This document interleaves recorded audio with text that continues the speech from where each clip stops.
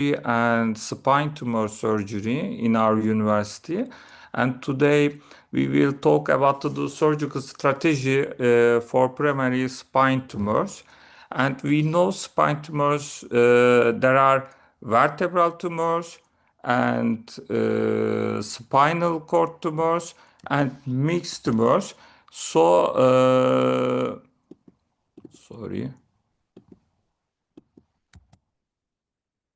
And we will talk about today this one, primary tumors. But most of tumors are metastasis. Last paper, most papers say to us maybe 80 or 90% of these tumors belong to the metastasis tumors. And the other tumors, intramedullary, spinal cord, extramedullary, and primary tumors. And primary tumors, we will talk about this malign tumors. And benign tumors, osteoblastoma, osteoblastoma, aneurysmal bone cyst, giant cell tumors, osteochondroma, and osteosis. But malignant tumors are chordoma, chondrosarcoma, Ewing sarcoma, primitive neuroectodermal tumor, and osteosarcoma. And initial management, CT-guided thoracic biopsy we need, and histological diagnosis we need, local and systemic stagings we need to make, and classification is very important. After that, after we collected all of these informations, we are starting to make treatment plan. So diagnosis is very important. Biopsy is the first steps. If there is no primary diagnosis, we can make only emergency operation. If patients come to us with severe paralysis or paraparesia or paraplegia, sometimes we can perform emergency operations, and we can make decompressions. If there is no biopsy, we can manage all of the stage of the surgery. So if there is no severe neurological deficit, we need to make a plan, because sometimes we can make only decompressions, sometimes we can make decompressions and stabilizations, and sometimes we can add some corpectomy and other things. And diagnosis primary is very important. It is benign or malignant, chemosensitive or radiosensitive, palliative surgery or radical surgery. All of them is very, very important. So surgical resection is very important for these patients, because there is some type of surgery.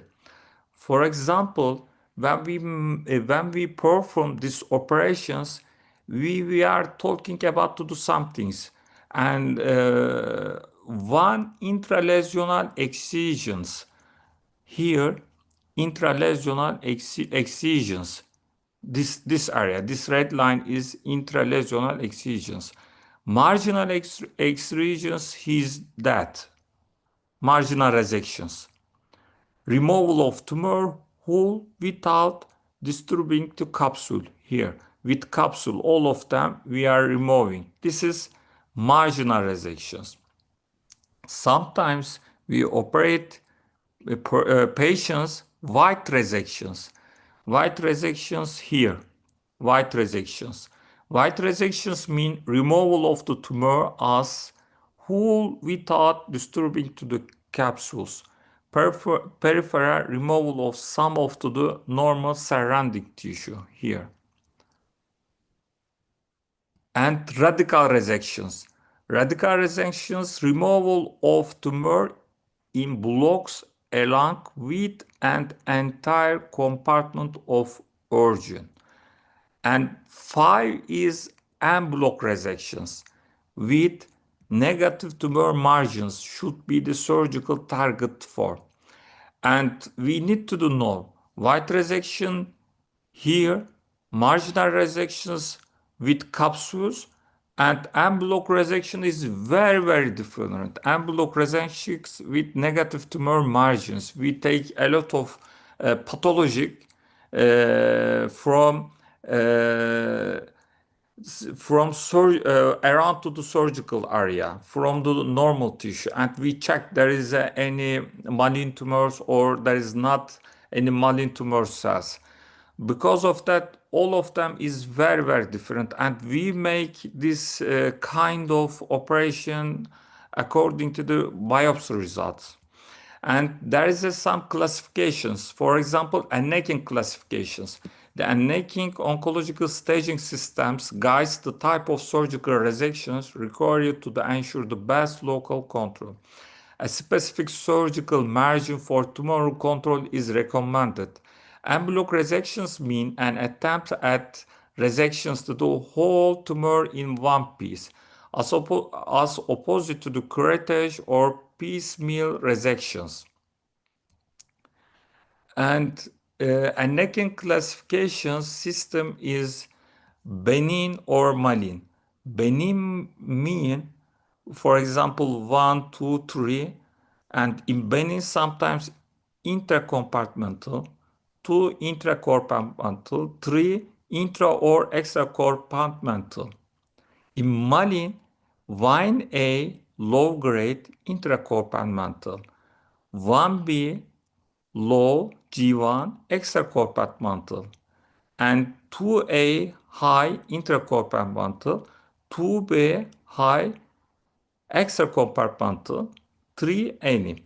This is very, very important because in these stages, for example, in one, only decompression, no management unless for decompressions. In two, intralesional excisions.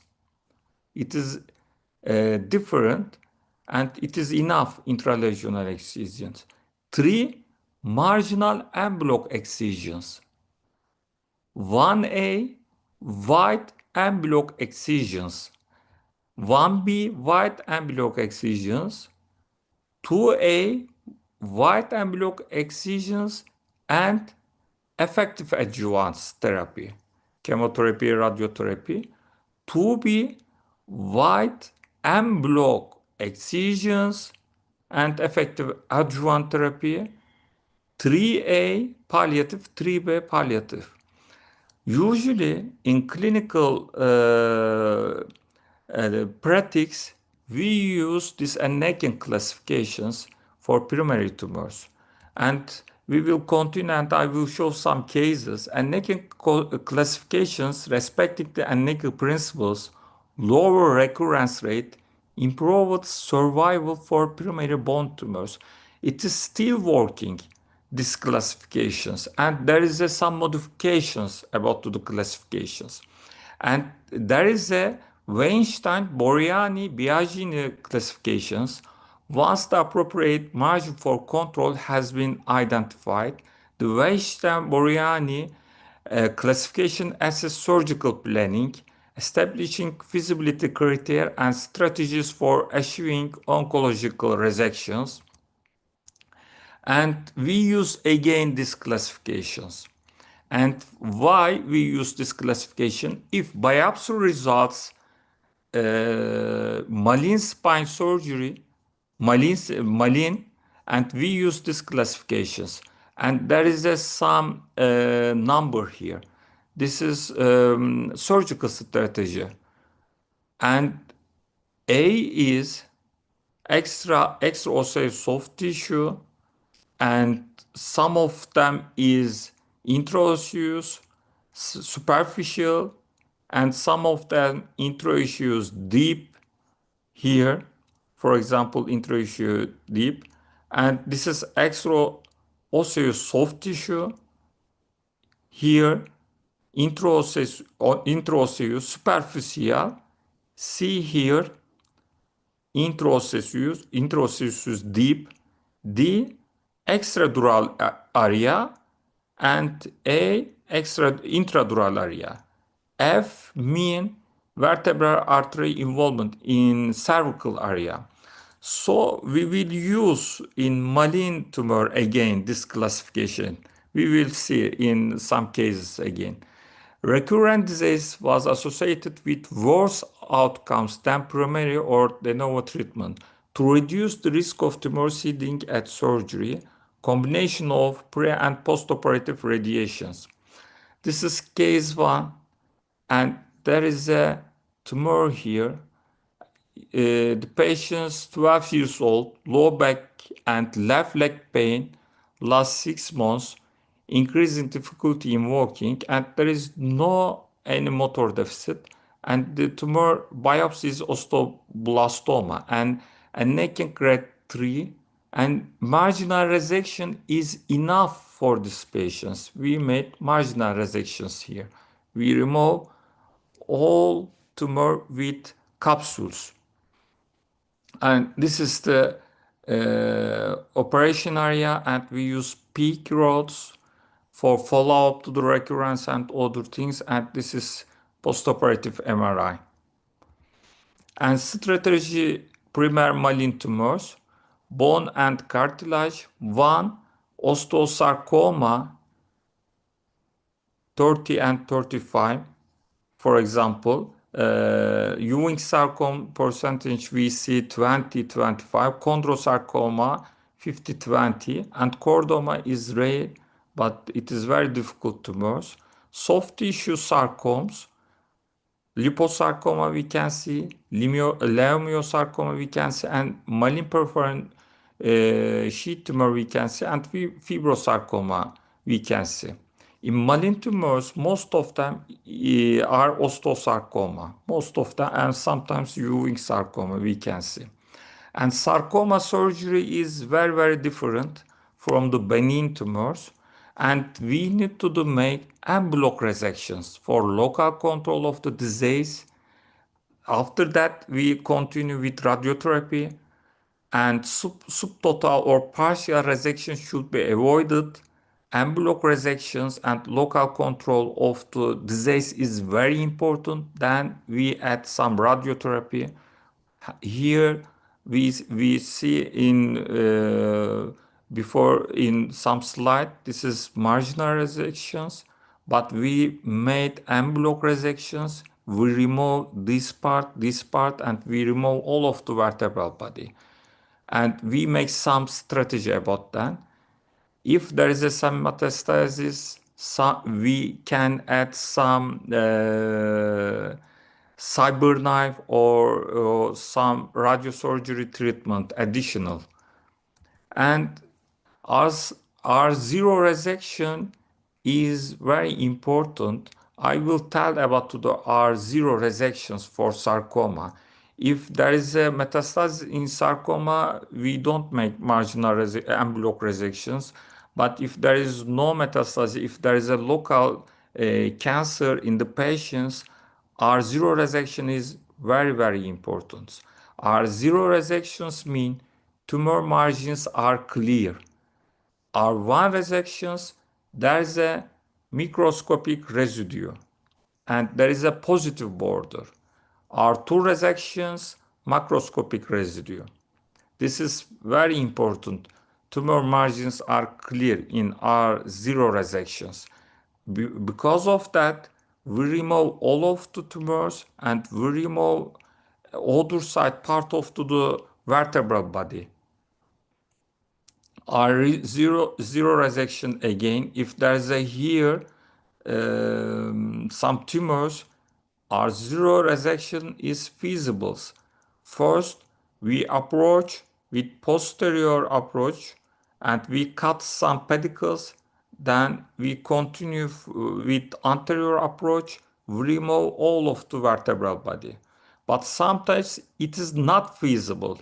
If all of the spinal canal, if there is a cancers, and it's mean it's spread to the dura mater, and we can't remove all of the dura mater, so it's not feasible. So we can make R1 and R2 resections, and we add some different radiotherapy and chemotherapy.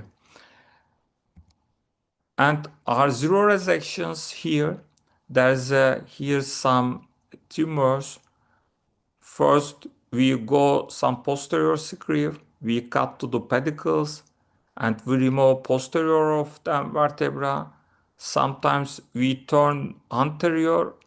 We try to remove all of the vertebra from anterior. If there is a tumor only part of the vertebral body, we can approach for posterior corpectomy.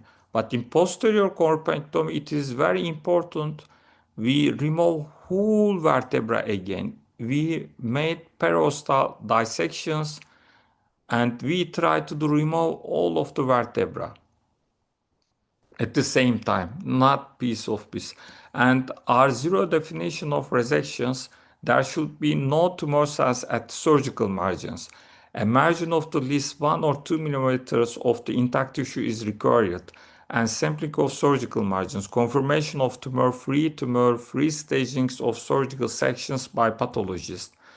Factors driving R0 success: neoadjuvant chemotherapy, we add, shrinks to the tumor and clarifies the boundaries. 3D surgical plannings we need, resection simulations with CT, MRI, and intraoperative navigation we use in pelvic, spinal pelvic tumors. And then after that, local risk recurrence is rare, 5%, and adjuvant therapy is very, very important. In spinal chondrosarcoma is rare but difficult to treat primary bone tumor. While surgery forms the basis of treatment, radiotherapy and systematic treatments play limited role. And surgical treatment is gold standard. Resistance to classical radiotherapy due to Condrot's matrix, limited FEHE. Surgical methods is en bloc resections, and our target is R0, total spondylectomy. For sacral tumors, parietal and total sacrectomy. For debulking, high risk for recurrence R1 and R2. We are avoid to do debulking. Our aim is en bloc resections. Prognosis, it is very important for chondrosarcoma and chordoma again. If we operated R0 resection, survival is 150 months. But R1 resections, 80 months. But R2 resections, 25 months. It is very, very different for surgical techniques. Because of that, we are trying to do always whole resections. We check the surgical board because it is directly to affect the survival time. Because of that, we are trying to make clear area all of the malignant spine tumors. And 5 year survey is low grade 90%, intermediate 60%, high grade 30%. And we are trying to do benefit for the surgical benefit for patients. And this is 20 years old, and biopsy is chondrosarcoma. Look at that. There is a ileum, chondrosarcoma, and this is sacrum, and half of the sacrum is again malignant tumor and chondrosarcoma. This is again, all of them is chondrosarcoma. This is sagittal view. This is chondrosarcoma in S1, S2, and to the ileum. And this is our surgical line. This is biopsy area. Look at that. This is biopsy. We take from here CT guided biopsy. During surgery, we remove the skin too. Our incisions like that. Like that. Why? Because we are trying to remove skin, muscles, and to the vertebra and all of the same, all of the affected tissue at the same time, not piece to the piece. And now we remove some part of the ileum and hemsacrectomy. And we can see here the spinal cord, and this is S1 radix, and we cut to the S2, S3, and all of them. This is rectum, and we remove half of the half of to the sacrum. And this is iliac, safe tissue, and we put to the here for support to the sacrum. And this is the whole of the tumors. This is hemisacrectomy area. This is S1, S2, S3, and coccyx here. And here tumor, and this is the ileum, part of the ileum. We cut all of them and we remove all of them at the same time. And he is engineers. He was students, now he is engineers. Maybe we operated him 5 or 6 years ago. He is still good. This is after operations.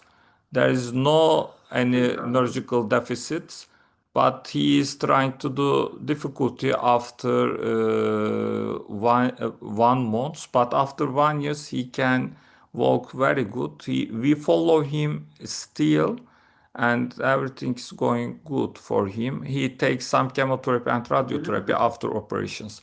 And osteosarcoma, spinal osteosarcoma, a rare but aggressive primary bone tumor, surgical treatment, tumors resistance to radiotherapy, multidisciplinary approach.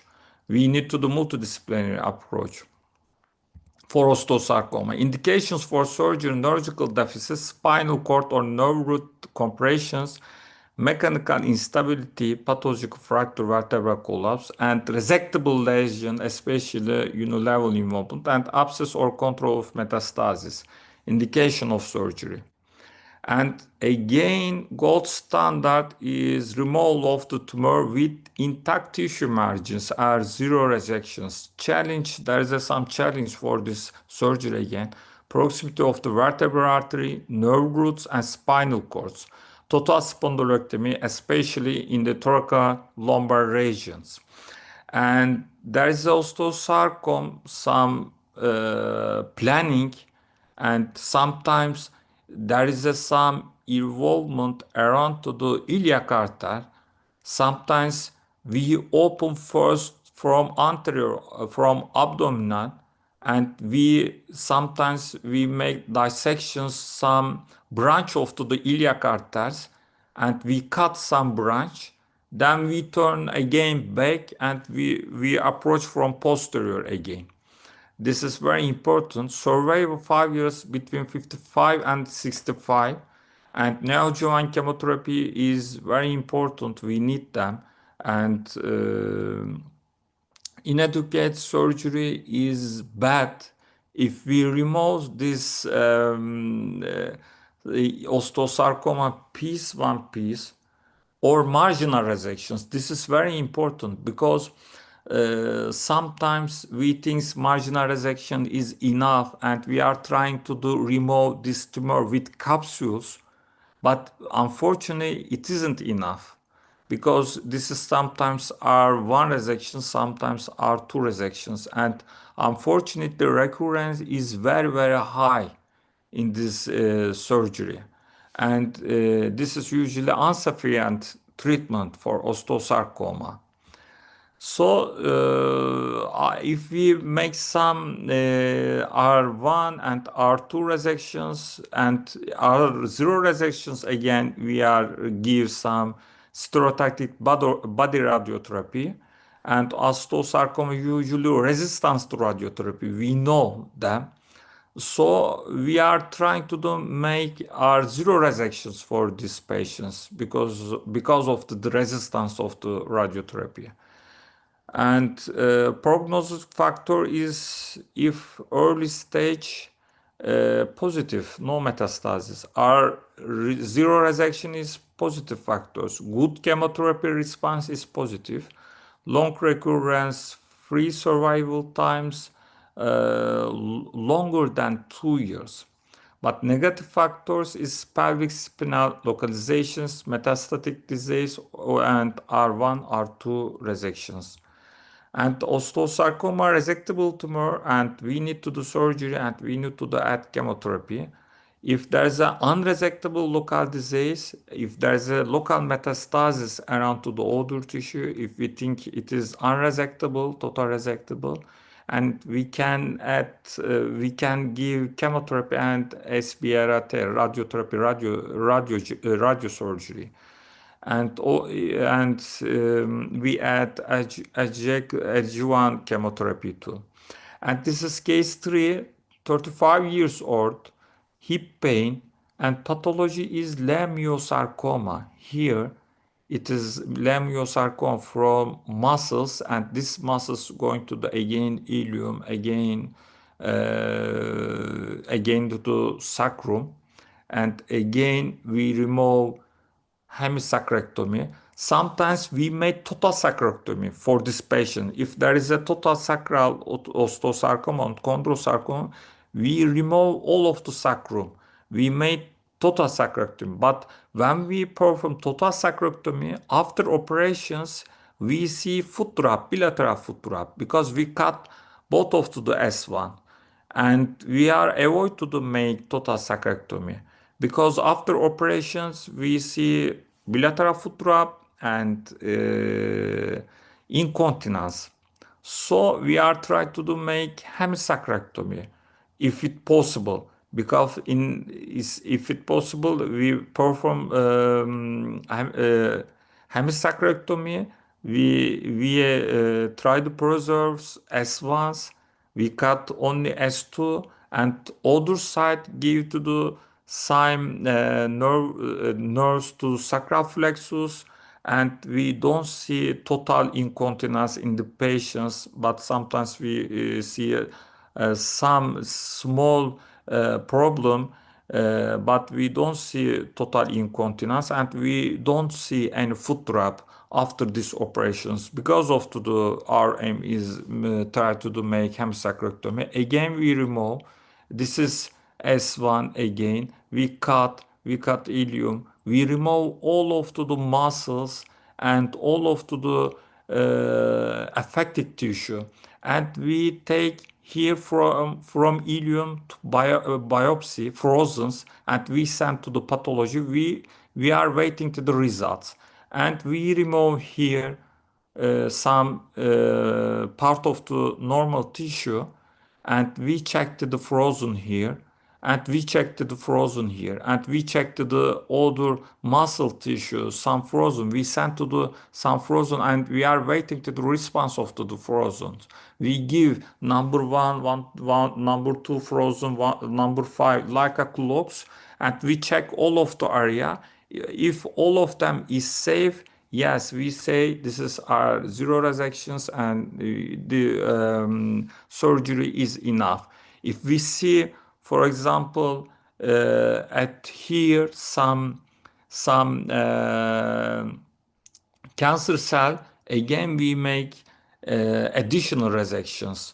So we send to the again some frozens. This is postoperatives, and after that she was good postoperative 3 years. And case 4, 60 years old, T2 osteosarcoma. Here osteosarcoma. This is the osteosarcoma. It's going to the superior of arcus aorta. Here, all of them. And this is the surgery. We make radical resections. We put posterior instrumentations, then T2 and T3 corpectomy. This is some our approach. This is heart. This is arcus aorta, and we make radical resections here. Why we made from anterior like that? Because we are again remove some part of the lung that we operate these patients with thoracic surgeons. They take superior of to the lung, and they check again their surgical board, and they say yes, this is clear, and we operated here, and we remove all of the cancer tissue, and we are going to do maybe 1 centimeter away from the cancers, and we cut to all of them, and we checked our board. Yes, this is the safe. Because of that, we are our approach from that. Okay. And this is the case 60 years old, low back pain, neurological intact. This is biopsy is chordoma, here chordoma, and there is a chordoma, but this is clear. There is no any metastasis here, only L5. Again, we made some anterior approach. First, posterior approach, we cut pedicles, we remove all of the posterior elements. Then we continue with anterior, and this is L5. We remove all of the L5 vertebra, and we put some cage here, and after that we put some screw for anterior support. We remove all of the chordoma. This is again are zero resections. And spinal Ewing sarcoma, it's again frequently we see in clinics, and it accounts 10 and 50% of the all bone sarcoma. Aggressive, it is aggressive. Second most common vertebral sarcoma. The most common age group is 5-20 years. Treatment is radiotherapy, primary, and chemotherapy and surgery, a multidisciplinary approach. If there is no neurological deficit, first is radiotherapy. And really, if we find this patient very early, it is very, very good response from the radiotherapy. Then chemotherapy. Sometimes we take to do them surgery. If there is a progressive neurological deficit, we take to do them. Emergency, during the emergency case, we make surgery. Usually, we don't perform any surgery for these patients. If there's a neurological deficit, we make laminectomy and decompression. Sometimes we add some instrumentations. And this is case 5, 9 years old patients. There is a here Ewing sarcoma. She takes some radiotherapy and chemotherapy, but there is no response. Then there is a very big tumor here, and there is a make severe compressions to do here. Unfortunately, here there is a 5 level vertebra affected. And unfortunately, this is not curative surgery. This is only palliative surgery. And she come to do with quadriparesia. And the first operations, only decompressions and remove the tumors. Then one post-op 2 years later, it's occur like that kyphotic deformity. And we accepted the patients. We corrected the cervical area. We put some screw cervical fusions, and we corrected the spines, and she is good. But then again, we see many times recurrence in this area, and she continued many chemotherapy. But after I think 4 or 5 years later, we lost her. The take-home message: biopsy is first step. Classifications are good guide. R0 resection is important for malignant cases. Multidisciplinary treatment is very important. We discuss all of the case in oncological board. We discuss with radiotherapy oncologists and medical oncologists. Follow-up patients is very important. And we have Asia Pacific Cervical Spine Society at the end of this year. Thank you. Thank you for attentions. Hi, yeah, yeah. Hi, hi, Thanks. hi, It Sander. was an amazing talk. It was a great presentation. Thank you, thank you, I thank you. I think all of us learned a lot. Your surgery was really, the results were amazing. And you talked about all these tumors. Like, I think chondrosarcomas are still easier to operate as compared to uh, other malignant tumors. Like, what other tumors have you experienced? How many tumors have you operated in sacral region? In sacral lesions, maybe we perform total sacrectomy. I think 7, 8, maybe maximum 10 cases for total sacrectomy. But Mhm. hemisacrectomy, it's maybe 15 cases. In last maybe last 7 or 8 years in long period. In 1 year, maybe we perform hemisacrectomy 3 or 4 cases only. Total sacrectomy only one case, maybe 1 or 2 cases. We don't perform many sacrectomy like that. But corpectomy, we made many patients for corpectomy. For example, in this week we perform one case, one of our anesthesiologist fathers, and 2 weeks ago again I operated one of the doctors. He's general surgeon here. Maybe total corpectomy 4 cases, 5 cases in a month. Sometimes sarcoma and other things. Because our university is center, if there is somebody sees these patients, they send to our departments and we operated them. But most of these cases is metastasis cases, spine Mhm. metastasis, all of many cases malignant metastasis. And if we see malignant metastasis, if we can make only separation surgery, we don't make any corpectomy, we don't perform any R0 resections or anything like that. We make only decompressions and we send to do only radiotherapy and chemotherapy. We don't perform any corpectomy or any big surgery. This presentation only for primary malignant spine tumors, because if we can see primary malignant tumors, the compression is not enough. If we met only the compression like spinal metastasis, we made insufficient surgery for these patients, and their survival rate is very low if we made primary malignant tumors only decompression surgery. Because of that, it is important for these patients are zero resections. So when you do a hemisecrectomy, do you see any bladder bowel involvement because you are sacrificing S2, 3, S3, and S4 Yes, on one side? yes, but sometimes we see constipations, but they are still working. There is no total incontinence because in Okay. other sites support to the sacral plexus, it is good results, and we don't see any foot drops.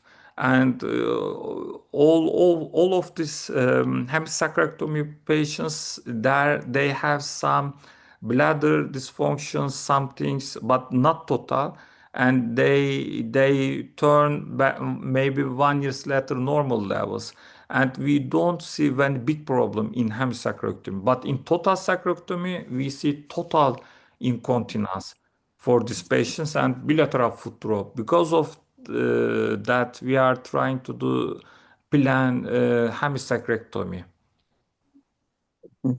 So chordomas are much more challenging than chondrosarcoma. So what has been the Yes. experience with chordomas Yes, in chordoma. R0 resection? Yes, R0, we are trying to make R0 resection. For example, I showed to the L5 chordoma. We performed it maybe 2 3 years, 2 months ago, maybe 2 or 3 months ago, these patients. But after that, we sent to do her radiotherapy and she take chemotherapy. But after radiotherapy, chemotherapy, again we can see some recurrence. And so we need to do follow these patients very long time. And radiotherapy, after operation radiotherapy isn't enough. And positive beam therapy we need. So chordoma is very difficult tumors because recurrent rate is very high. Yes. And 1 month ago, again, we operated young man, 40 years old, again, chordoma he was. We made partial sacrectomy. He was only S2, S3 and 4 area. Some chordoma we started to cut S2 and below. We remove all of the chordoma and Mhm. we called the general surgeons, and general surgeons make dissections from the rectum and we work together.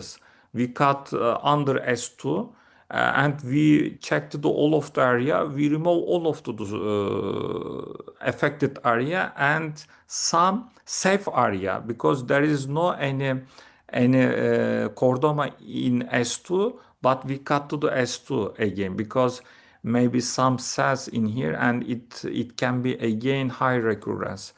But unfortunately, there is no in this patient again no any foot drop, but we sent to the him home with sonda, urological sondas and catheter with catheter because he can't Mhm. control his bladder still.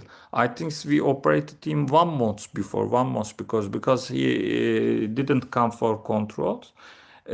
We are waiting to do control his bladders. It takes maybe 2 or 3 months maybe because we Mm. cut S3, S4 and other area bilaterally.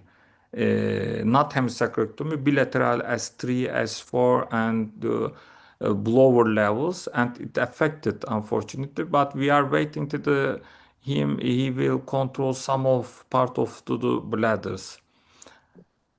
But it is very difficult, chordomytings, very, very difficult. Yeah, I know chordomas can be very, very challenging.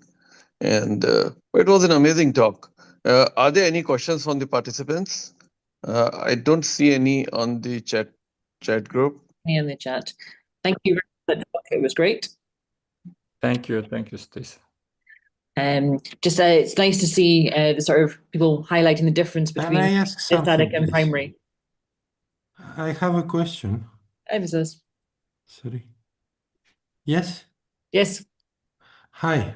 Hi. Congratulations for this amazing presentation. I want to ask you, all these hemisacrectomies where you put these rods connecting the spine with the left or right hip, iliac and the hip. How long have you been following this construction? How many years do you have follow-up?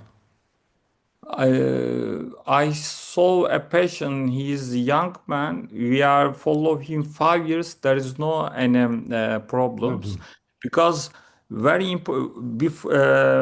10 years ago, when we made to do some sacrectomy, we put a lot of rods, a lot of screws, and many things. Unfortunately, it doesn't work very well because many constructions patients has difficult walking, many secrets and many roots.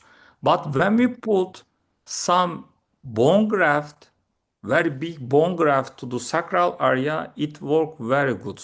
And we cut some ilium, safe ilium, like 10 centimeter length and 5 or 6 centimeters weights, and we put direct to the hemosacrectomy area and we put mini screws to the ilium to the half of to the sacrum. It works very, very good because it make fusions and it supports to the bones and it works very useful. So last 5 or 6 years, always we are trying to do take big iliac bone, maybe other side, from other side. We cut to the ilium very big, and we take helping from orthopedic surgeons.